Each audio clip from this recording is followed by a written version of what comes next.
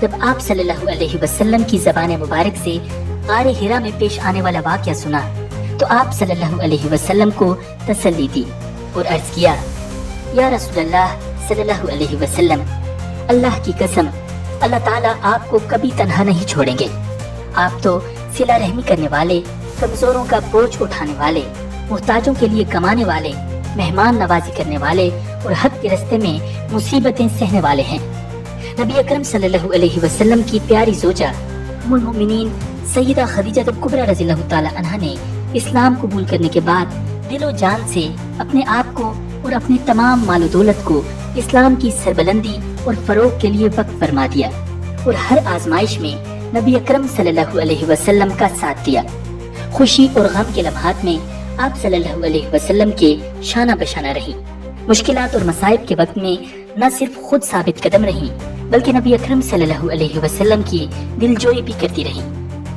ناظرین، ام المؤمنین سیدہ خدیجہ کبریٰ رضی اللہ تعالی عنہا وہ خوش نصیب ترین خاتون ہیں جنہیں نبی اکرم صلی اللہ علیہ وسلم کے ساتھ تنہا طویل رفاقت کا عرصہ یعنی 25 سال گزارنے کا موقع نصیب ہوا۔ آپ رضی اللہ تعالی عنہا کی تمام تر زندگی انتہائی خوشگوار تھی۔ ناظرین، حضرت خدیجہ رضی اللہ تعالی عنہا نے نبی اکرم صلی اللہ علیہ وسلم کے ساتھ ازدواجی زندگی اتنی سلیقہ مندی، دانش مندی اور محبت کے ساتھ گزاری کہ نبی اکرم صلی اللہ علیہ وسلم ان کی وفات کے بعد بھی اکثر و بیشتر گزرے ہوئے وقتوں کو یاد فرماتے۔ ناظرین، آپ صلی اللہ علیہ وسلم جب سیدہ خدیجہ رضی اللہ تعالی عنہا کے اوصاف و کمالات بیان فرماتے تو بقیہ ازواج مطہرات رشک کیا کرتی تھیں۔ ام المؤمنین سیدہ عائشہ صدیقہ رضی اللہ تعالی عنہا فرماتی ہیں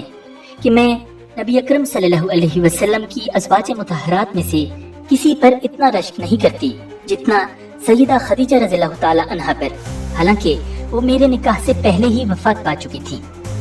ام المؤمنین سیدہ عائشہ رضی اللہ تعالی عنہا روایت فرماتی ہیں کہ جب کبھی نبی اکرم صلی اللہ علیہ وسلم کوئی جانور ذبح فرماتے تو اس کا گوشت بڑے اہتمام کے ساتھ سیدہ خدیجہ رضی اللہ تعالی عنہا کی سہیلیوں کے گھروں میں بھی پہنچاتے، اور کبھی ایسا نہیں ہوا کہ گھر میں گوشت پکا ہو اور آپ صلی اللہ علیہ وسلم نے اسے تناول فرمانے سے پہلے سیدہ خدیجہ رضی اللہ تعالی عنہا کو یاد نہ کیا ہو۔ حضرت ابو ہریرہ رضی اللہ تعالی عنہ سے روایت ہے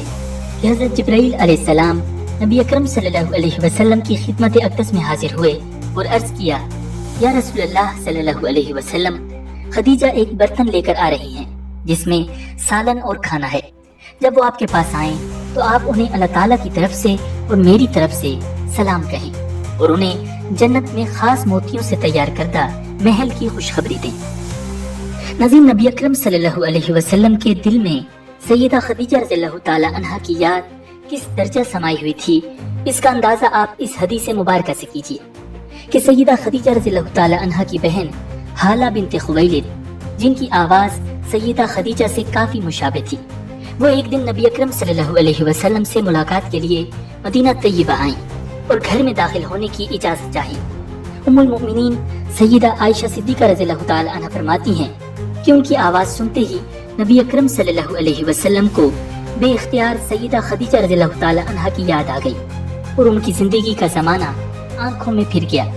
ایک عجیب کیفیت نبی اکرم صلی اللہ علیہ وسلم پر طاری ہو گئی۔ وہ اندر آئیں تو انہیں دیکھ کر آپ صلی اللہ علیہ وسلم بے ساختہ فرمانے لگے، او خدایا، یہ تو حالہ ہیں۔ ایک لمحہ کے لیے میں یہ سمجھ بیٹھا تھا کہ خدیجہ رضی اللہ تعالی عنہا آ گئی۔ ام المؤمنین سیدہ عائشہ رضی اللہ تعالی عنہا بیان فرماتی ہیں کہ ایک دن ایک بوڑھی عورت ہمارے گھر آئی۔ نبی اکرم صلی اللہ علیہ وسلم ان کی طرف متوجہ ہوئے اور دیر تک محبت و شفقت سے ان سے گفتگو کرتے رہے۔